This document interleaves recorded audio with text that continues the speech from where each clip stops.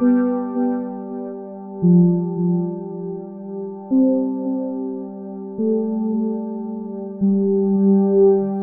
and welcome back to the Nerd Impact Podcast. Today, for episode 25, we have another music episode. So, yeah, this will be our fourth one, I believe. And today we're discussing one of my absolute personal favorite albums. A very recent one, but still has had a huge impact for me, is Phoebe Bridgers' 2020 album, Punisher.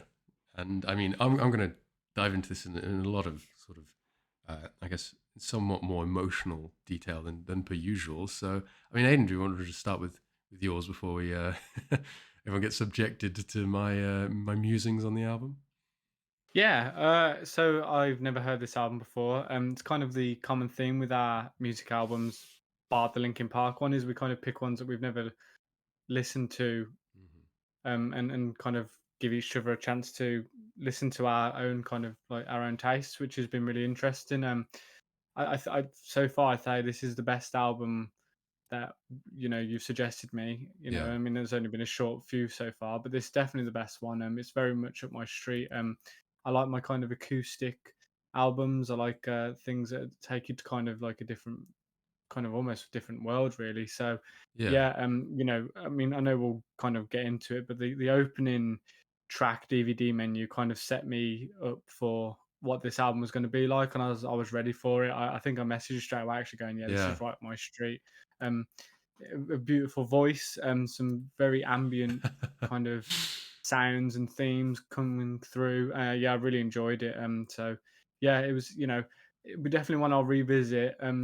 Probably not avidly, but I think this is yeah, one, as I think probably a lot of people who have heard this album would agree, is it's a road trip kind of playlists, or road trips album. Or for me, to be honest, hopefully, hoping all goes well with next year and flying and stuff, this is probably one I'll put on when I'm on the beach. If yeah, I'm honest, this is a yeah. perfect album for that. Kind of takes you into a different planet almost, and I'm very excited to kind of listen to it in a different setting that is not this room. So yeah. No, I get that. I think it's of course I have the vinyl of the album here, the black and red Galaxy version. So I'm I know vinyl ownership's not like it's a symbol of commitment or investment in an album, but it's definitely Absolutely is. Absolutely is. well, depending on how you view it. I mean, the only vinyls I have aside from this is Not a Gone Infinity by King Gizzard Lizard and To Pimp a Butterfly. So that I guess that kind of showcases that those are pretty massive albums for me. But this is one of those, and I know this is a 2020 release, so this came out last year in about June, I believe it was. So we're talking right in the middle of the pandemic that this dropped, like right at the peak of that summer, and I suppose I should start where my exposure to this album sort of came from. Is that are you aware of like the NPR sort of Tiny Desk concerts?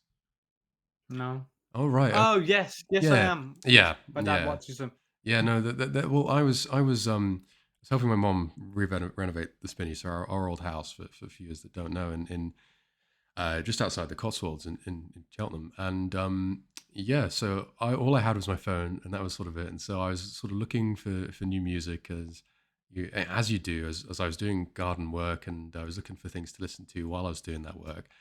And I listened to a lot of pretty much all of the most popular NPR Tiny Desk concerts. Like I'm a huge Anderson .Paak fan, so his is the most popular one, and it's always great revisiting that one. But as I sort of went down this list, as the millions got from 50 million down to the more reasonable sort of million odd views, I found Boy Genius. So Boy Genius is I suppose, a band, but more of a sort of a project because they're comprised of three members, so Lucy Dacus, Julian Baker, and Phoebe Bridgers. And that 2017 EP by Boy Genius is absolutely incredible. It's about five songs, or six, I think.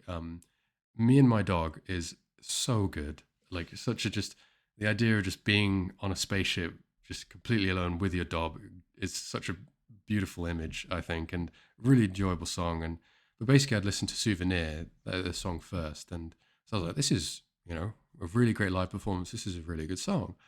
And so I, of course, investigated. And then as I went further down the list, I found Phoebe Bridgers. And then I was like, okay, I'll give this a listen. And she does this. I think she's been on NPR about 4 times now because she did it for Oh, okay. Boy Genius. She did it for Better Oblivion Community Center, which is another sort of side project she did with Connor Oberst, which is also really good. But both Boy Genius and Better Oblivion Community Center are basically sort of like one-off projects, sort of like Yeah. collaborations. And yeah, so then I was like, so, I'm really digging this sound. Like I'm really liking this. I'm like, well, you know, so I find Phoebe Bridgers and uh, her, she does this really fantastic live version of Motion Sickness, which is her biggest song, and it's a bit of like a really stripped. I know strip back's a bit cliche, but it really was. There's this sort of like bare bones acoustic, and so I started listening to her first album, Stranger in the Alps, and loved it. I was literally like in the garden with, because we had a lot of garden work to do. The garden was all overgrown. So I was there just chopping away, listening to these sad songs by Phoebe Bridgers. And of course, as I was doing that, I came in contact with her just freshly released album Punisher. And with the first listen, I didn't really resonate with it. But as I listened to it more, like the more you sort of say that you have that sort of the opening with DVD menu is a unique sort of entry is the title and the sort of sounds. It does convey that weird sort of like early 2000s, like when you put in a DVD before, it wouldn't just play a movie. You'd have an option to choose like behind the scenes directors, commentary and stuff like that. And it's a weird, I don't know, like That song for me took me straight back to, when you've not touched the DVD in a while and and it it's, starts it's having bouncing. it literally made me think I could be watching that right now whilst listening to this song and everything would be okay. It was like it took me straight to it. Yeah, it's a very subtle but almost very potent, you know, Hmm. the sort of tone setting and scene setting song as an opener. And I mean, this album dropped, as I said, in the middle of the pandemic, and I think a lot of people did resonate with it and the sort of messages of it, as we'll get into as we sort of go more into the songs of it. But emotionally speaking, and I mean, you know, there's a lot of quite potent themes addressed in this album, and you know, just the delivery with which Phoebe Bridgers sings about these topics, and the sort of resonance I get from them is so beautiful. Like Hmm. it's I don't know, her voice, the songwriting, all of it just coalesces to be this just such a comfort. Like for me, this is an album that I will literally just put on and just it just makes me feel okay. It's not like it's not I suppose musically where I'm like, oh, I need good energy and vibes from it. It's just comfort, Yeah. I suppose, and I think Yeah. that's why it strikes me a lot. But like this album accompanied throughout the pandemic and stuff that's gone on through it, and so it's been like an emotional sort of support, and that reflects like this year it was I was in top 0.5% of Phoebe Bridgers listeners, Nice. which isn't the worst I've done. Like I was in the top 0.05% for American football for the year before, so that was you could tell 2020 was a rough year off that alone. But yeah, no, I think Moonsong was my most played song of this year, and I think it deserves to be because that song is a masterpiece, and I'll stand by that. Like, Mm. it's one of those albums where I listened to the first way through, and I had one song that I liked, and I enjoyed the album, and it's like that song I love the most sort of shifted as I sort of Yeah. listened to more of the back end more. Like recently, Graceland Two is like my favorite, and it's like each of the songs has had its time in the sun, and I really love when you get an album that you can do that you can have just so much enjoyment from it that you actually just break it down to such an extent where like every single song sort of has a moment and resonates with you. So I don't know. I mean, did you I have think a it's really personal exciting. favorite? Yeah, I think Kyoto was my favorite. Kyoto, yeah, Um, I mean, the thing is, though, just hearing that, background of how you discovered it, there's nothing more exciting than finding a new artist or band and then finding out that it's not just a one-hit wonder that you found and you've yeah, landed on something special. I yeah, think it's even more special when you're okay, you may not have been on it the day it was released, but finding again, because you'd have to correct me if I'm wrong, but I don't think Phoebe Bridgers is huge No, in the music no. industry. Yeah. So to find an album that's brand new, not got a lot of listeners, it's quite exciting. It's not, not this hipstery I knew it before it was cool, but Yeah, it's just yeah. exciting being a part of that evolution. And as she gets bigger, as the album finds love with other people, maybe it starts Mhm. getting played on movies or TV shows, you can be like, oh, I'm so glad that's finally getting its recognition. Um, Yeah. and especially with the pandemic, I mean, same as you, I was on music saved me through the pandemic. Me and my best friend, Absolutely.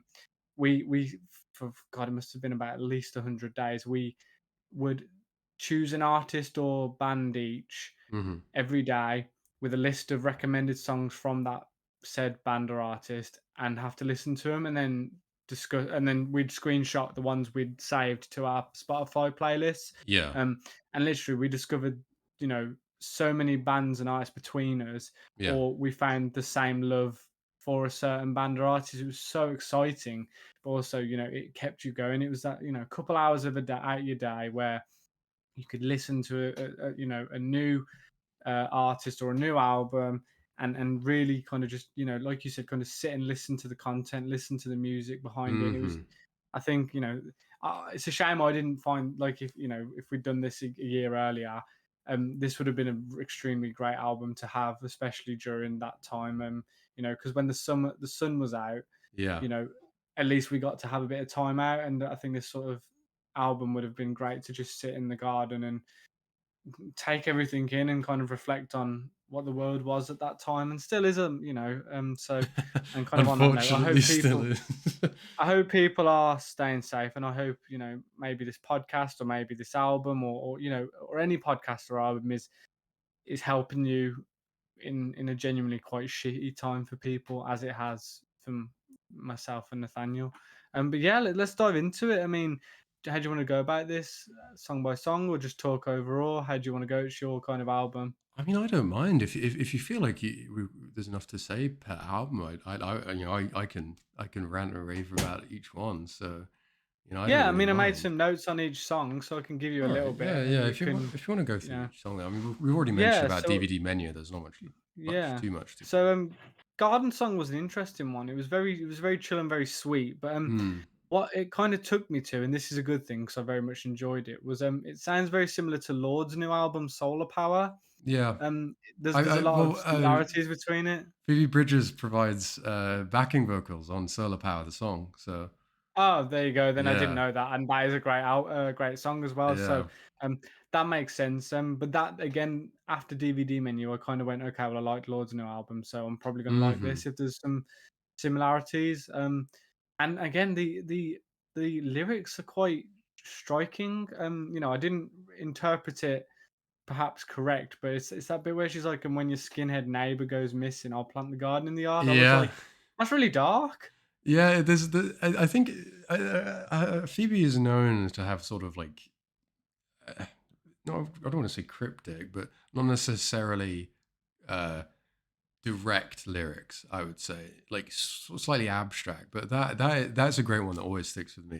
It's she's quite clearly Yeah. implying she murdered him and buried him there, and that's why all the flowers are growing.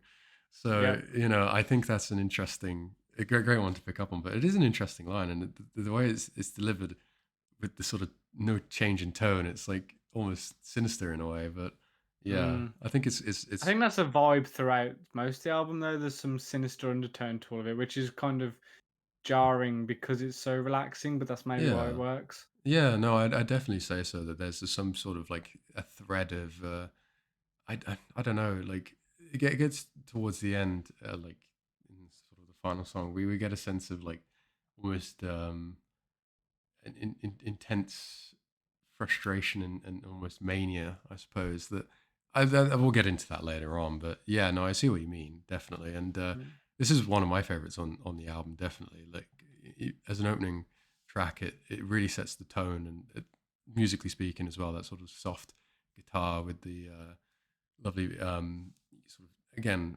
Phoebe's iconic sort of soft, breathy vocals are so brilliant on this one. It's a very good voice. Yeah. Mm. It's so fantastic, and yeah, I mean, should we move on to Kyoto then? Yeah, this was my favorite, and Hmm. probably come stems from um kind of a pop punk kind of love. This song, in a really good way, kind of made me at the beginning, like the upbeat kind of feel to it, made me think of Feeder. Oh It had yeah, that kind of upbeat kind of, yeah, let's go, but almost with a sweet undertone. I could be completely off the mark, but that's what came to me, and I was like, instantly, I was like, I like this. Like, it's got that kind of heart that pop punk songs have. Like, it's quite a beat, but there's a lot of emotion behind it. Um, and then at the end, I think it's the horns. Maybe there's some horns playing out through it, and it's yeah, I love the very cool. And horns. again, this was kind of the song that made me go, this needs to go on my road trip playlist. Like, this is one I could absolutely jam to whilst driving to a destination. So yeah, this was definitely a highlight of the album for me. Yeah, no, I mean, the Kyoto is probably the most popular song from the album, I think, and I I I can see why. I've it's it's it's it's great. Like, just there's her sort of like lyrically talking you through her day in Kyoto, and Mm, I've been to Kyoto myself, so I know I'm pretty sure I know which temple she's talking about. But like that, it's so interesting that the sort of musically the sound of it compared to the tone of what she's talking about. Like, most of the yeah, song is about the struggle of her relationship with her sort of like neglectful, sort of, I believe, drug addicted. Well, not drug. I don't want to say drug addicted, but substance abuse problem. Father, and mm, her sort of complex feelings around that. Like, she says, I'm going to yeah, kill you if you don't beat me to it, and it's like she delivers that well. It's like in this nice sort of happy chorus, and it's like she's she's always suggesting murder with this tone of like sort of. And I feel like a lot of people get that mixed up with this song in that they don't necessarily the sound of the instrumentation sort of undermines the lyrical content so much that, well, not undermines, yeah, but like it's in such harsh juxtaposition that it's like a almost a ironic joke. You know what I mean? That it's like yeah, absolutely. it's bitterly sad, but it's also really upbeat, and it's like, I don't know. It's an interesting inverse, but it's a fantastically enjoyable song. You say the horns as well are so good. Yeah, Do do very do good. do do do do. I mean, also with this album, I will say, I was very much there for the instrumental. The Mm-hmm. lyrics are good, and like I said, the voice is phenomenal. But it was the instrumentals that kind of took me off into La La Land, into Daydream. Yeah. So you'll probably hear me talking more about what I envisioned listening to the song, or what the instrumentals did for me over the lyrics. But I still think the lyrics were very good, and like I said, quite jarring in some songs. Yeah, absolutely. I mean, from there we go into Punisher, which is a lot more, I suppose, slow paced. And it's pretty, Kyoto represents that kind of like emotional and, I suppose, uh, instrumentally as well, that sort of peak almost, that like this is the happiest it's going to be. Because the rest of the songs Mm. aren't necessarily, I wouldn't call this album depressing. Like, I wouldn't, No.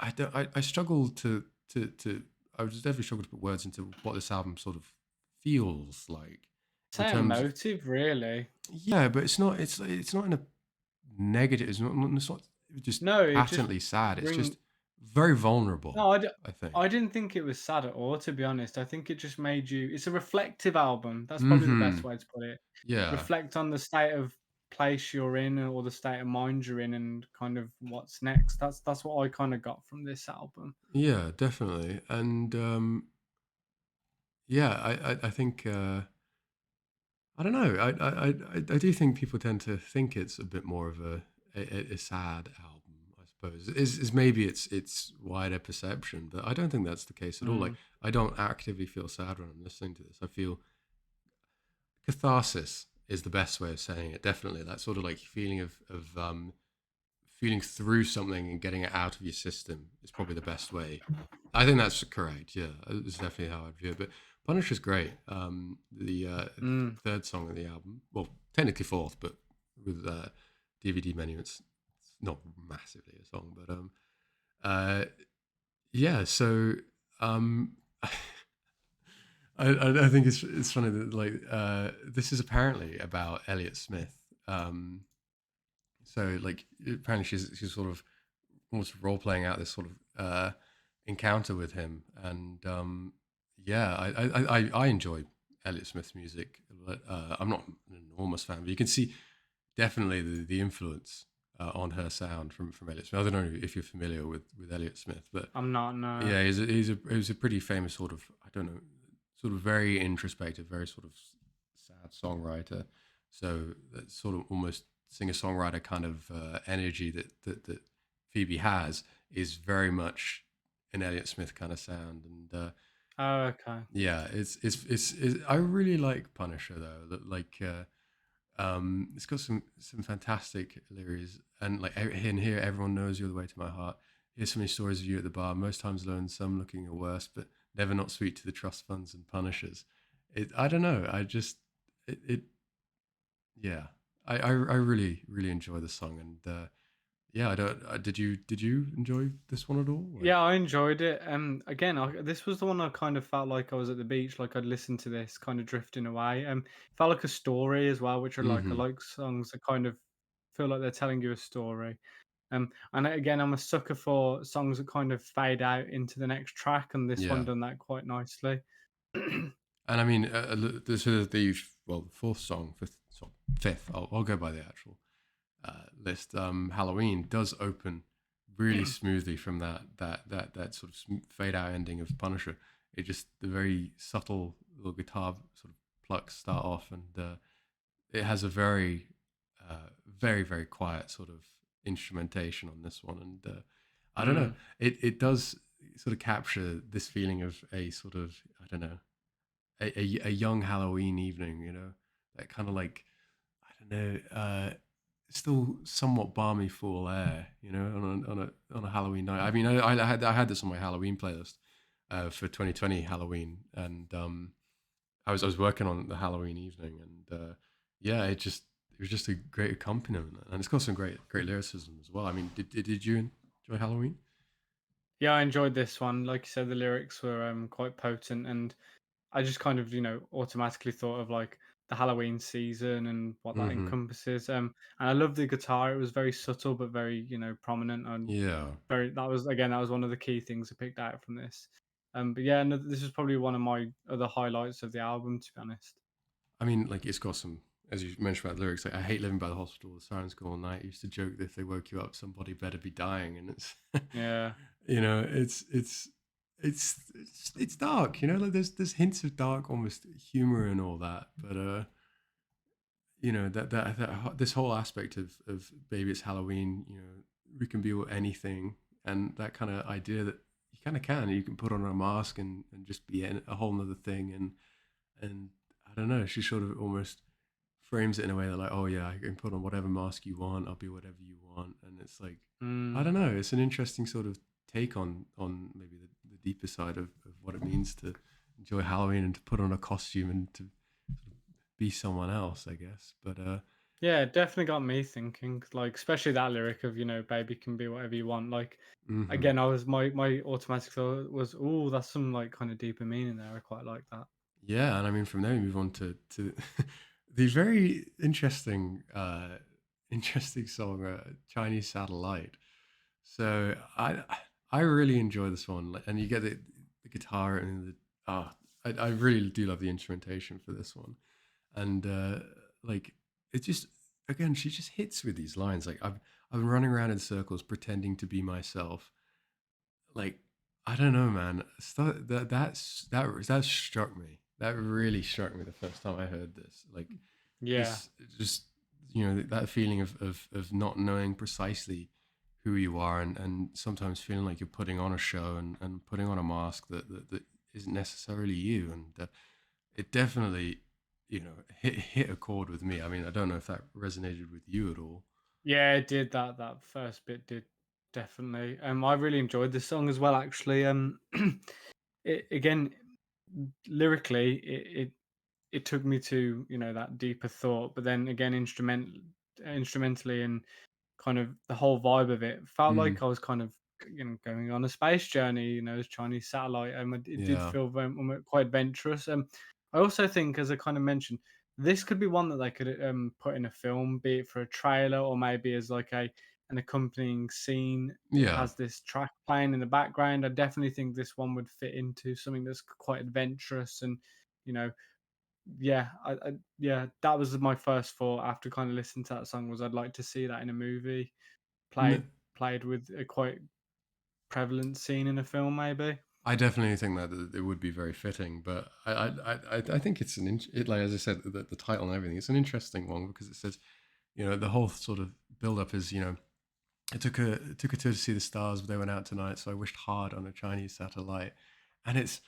that's sort of a bitterly ironic sort of, I suppose, is that a commentary on the modern world, right?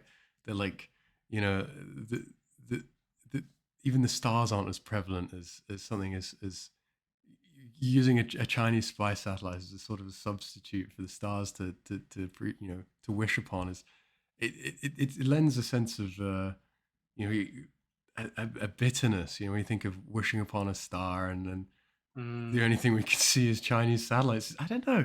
It was really, really smart, in my opinion, and I don't know. It definitely gave you a very an eerie sort of insight into the world we sort of live in, I guess. yeah, absolutely. And from there, we move on to my absolute favorite song on this album, Mm, and definitely an emotional song for me, and one as I said, is my most played this year, and this is, you know, definitely one of the songs I come back to Punisher for a lot is this song, and it's absolutely beautifully arranged. It's a very probably one of the slowest songs on this album, and it's perhaps the most heartfelt, I think. So yeah, absolutely. I again I enjoyed this one. It was almost like a lullaby, but like you said, yeah. it's quite a sad song. The lyrics are beautiful. Again, that was something I noted down and then went and looked them up afterwards and just to confirm. And Hmm. it's a very gorgeous song, very sad song. It's again, I could see why this would be some people's kind of go-to song or the one they come back to, depending on what sort of headspace they're in, really. Yeah, yeah. I mean, for me, like it's yeah. I don't know. I've had bad experiences through the pandemic, and this sort of provided the soundtrack almost that like when things are Mm, bad, this was sort of like the comfort for that, and it's got some really beautiful lyrics that resonate with me. Like you asked me to walk me home. You asked to walk me home, but I had to carry you, and you pushed me in, and now my feet can't touch the bottom of you. I think that's a just in a beautiful way of sort of communicating that someone's just someone's deep.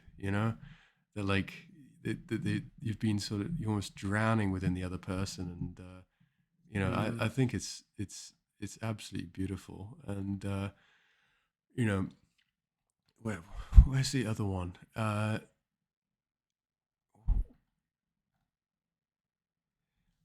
Yeah, and sorry, this is just a really, really emotive one for me. But and you might be dying, but you're holding me like water in your hands is absolutely stunningly gorgeous of a line. Like Mm, you get that feeling of trying to hold someone like water in your hands. When they're just literally slipping away from you, and I don't know, yeah. it's absolutely a gorgeous song, gorgeous, gorgeous song, and I know it is as I've said before, it's my most played this year. So, it's definitely one of those songs I'd go to really have an emotional moment, I suppose. But yeah, I don't know about you if you sort of feel the same way at Yeah, all. I definitely. I mean, I think again, it depends on the headspace. I think if I'd probably Hmm. listened to this during the pandemic, I'd have probably been in the same kind of boat as you. But I listened to it and thought it was quite beautiful. Don't get me wrong; it is a very sad song, and related to Hmm. the kind of lyrics you pointed out. Yeah. I definitely like the kind of hand water in the hands part. I was like, Hmm. oh, okay, that moved me. But I just kind of was very appreciative of how beautiful the lyrics actually were, and Yeah. how it feels like a lullaby, and you could Hmm. almost drift off to this, be it in a good way or a bad way. But this is a kind of song you'd want to go out to, take that however you will. But yeah, a very good song. Again, there's not a bad song on this album really, but I'd say Moon Song, Kyoto, and Chinese Satellite are probably the top three for me. Yeah, definitely. And from there we move on to Savior Complex, which was one of my favorites for a long time. Is this is a great track, I think. That you know, I don't know if you're familiar with Savior complexes, but I you mean, the note I literally put down was "I feel attacked."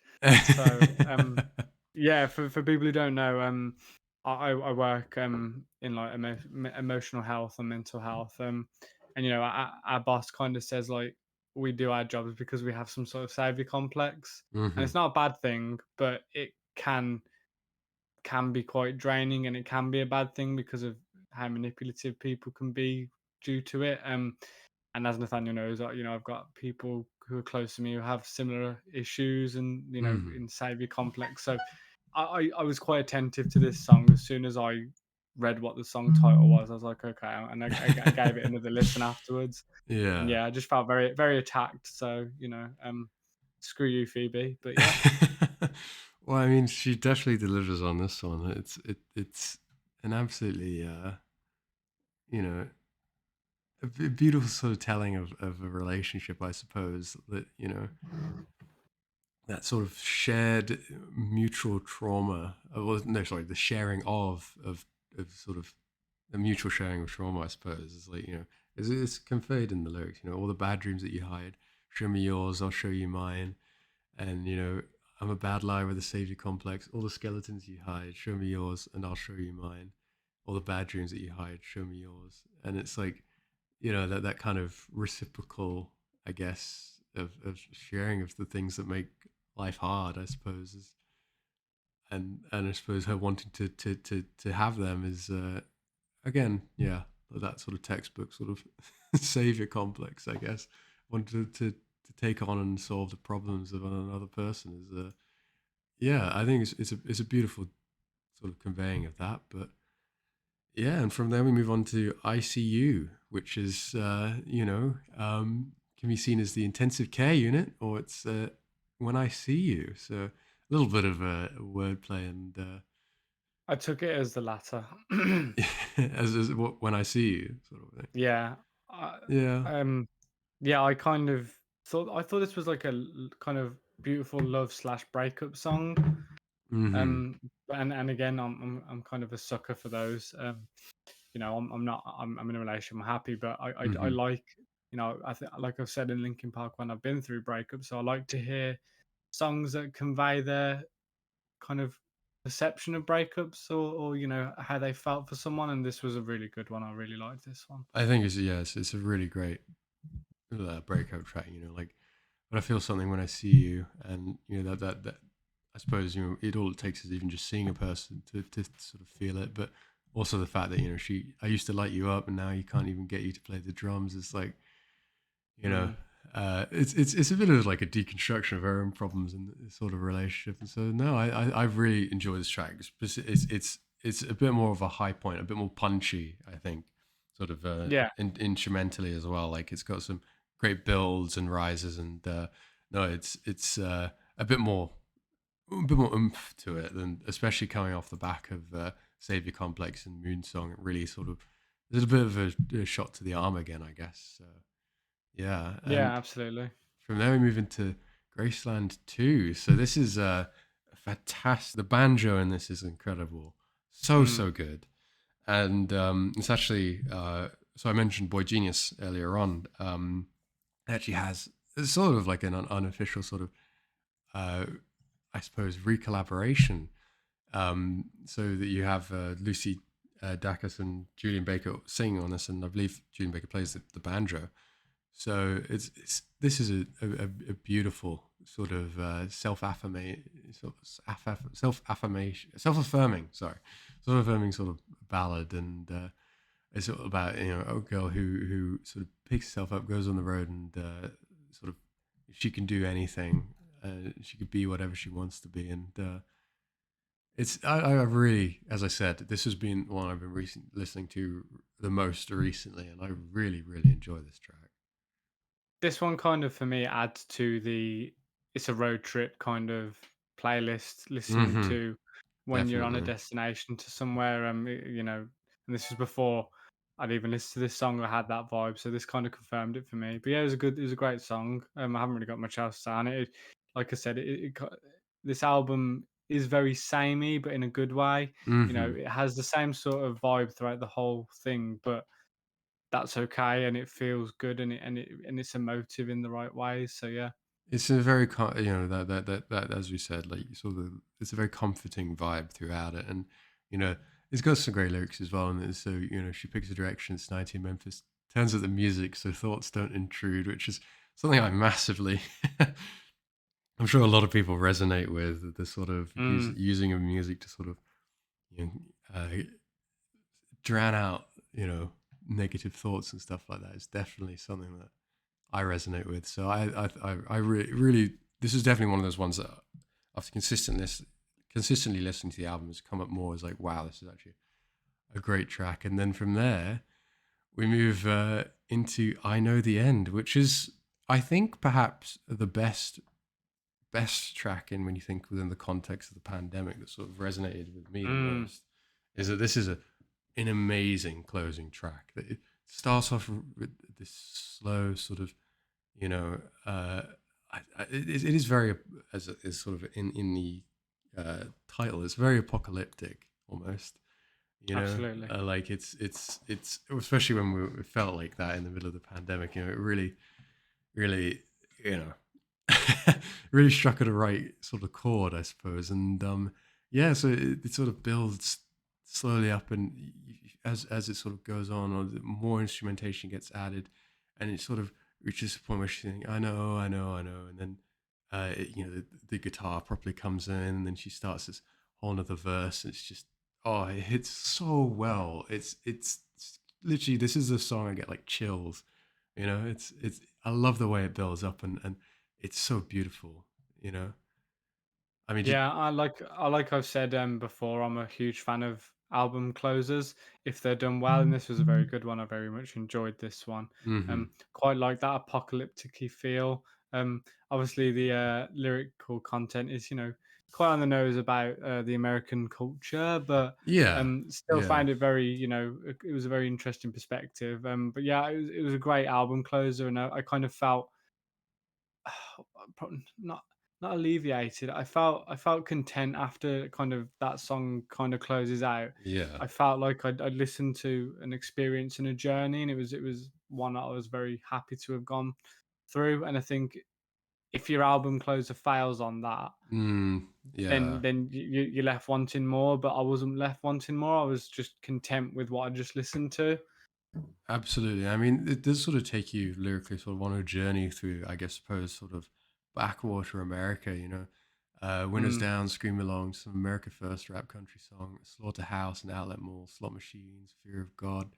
I think it is perhaps a very, when we think of sort of road trips and stuff like that, it is a sort of journey almost, but this is in the context of almost the apocalypse. So, I'm not afraid to disappear. The billboard said the end is near. I turned around, there was nothing there. Yeah, I guess the end is here.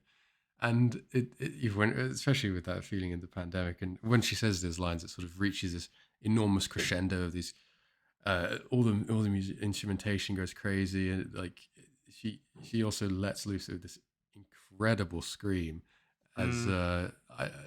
it's fantastic, and it's very, that when I say cathartic, that scream, I suppose, is almost representative of this way of seeing it. I suppose people's frustration with the world, and especially during the pandemic and all that, that sort of just release of just all that frustration and anger, and just getting it all out of your systems is a beautiful way to end this album experience. I think that you've had this very introspective, very almost dreamlike sort of journey through it all, and then this is like getting all that emotion that you've gone through out of your system, and it's all a big end.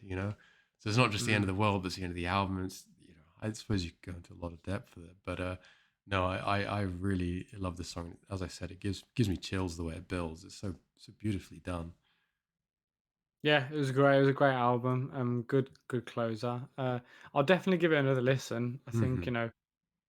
with a bit more perspective on who Phoebe Bridgers is now, I'd like to Yeah. go and listen to other stuff. But yeah, you know, uh, there's a lot of very good female artists out there that don't just sing kind of your poppy stuff. And I Oh think God, yeah. There's people need to so many.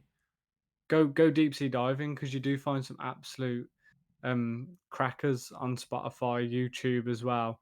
And yeah, so I haven't really got much else to say on this. It was a very enjoyable album. It was, you know, the fact it was significant to you was one thing, but the fact that it was just an enjoyable album was another. And I think that that was really fun for me just to sit back and let myself be absorbed into an album. When we did Daughters, that was an album.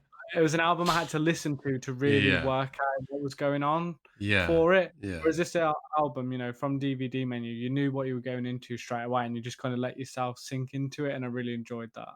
No, I definitely agree that, like, I suppose this again shows the sort of uh, diversity, I suppose, of my music taste. We go from discussing Daughters to indie Mm. folk with Phoebe Bridgers, but I think this is a fantastic album for almost anyone that, like, it's not an abrasive listen the way Daughters is, where you have to sort of gear yourself up for the experience.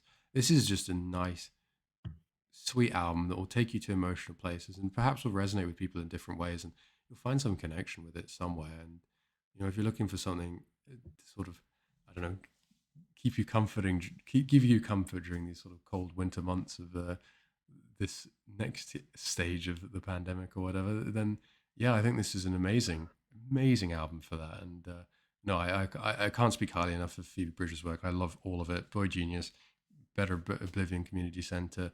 Her first album, Stranger in the Alps, is just as good as Punisher, I believe. Absolutely, with some, as her biggest hit, Motion Sickness Sonic, but also Smoke Signals and You Miss My Heart and Funeral as well. Just incredible tunes. So I would give any piece of her work a listen. You will find some sort of enjoyment in, and yeah, give Punisher a listen, and hopefully you'll.